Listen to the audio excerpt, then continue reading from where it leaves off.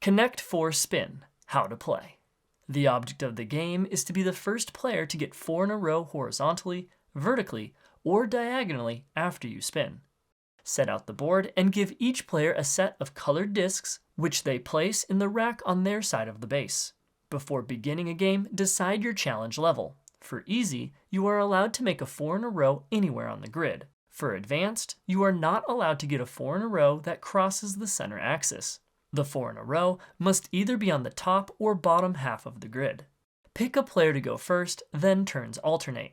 On your turn, place one of your discs in any empty spot on the grid. After placing your disc, you then spin that column.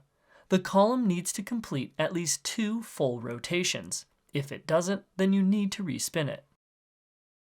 If the column does not stop in the vertical position after being spun, then push down on the end that is closest to the base until it snaps into place. Then your opponent goes. Each player has one weighted disc that is heavier than the other discs. You may use this disc whenever and wherever you want, and you don't need to tell your opponent when you do. Players are not allowed to touch their opponent's discs. You only win after spinning. If you get a 4 in a row when you place a disc, you don't win until after you spin if the 4 in a row still stands. If you spin a 4 in a row for your opponent, then they win.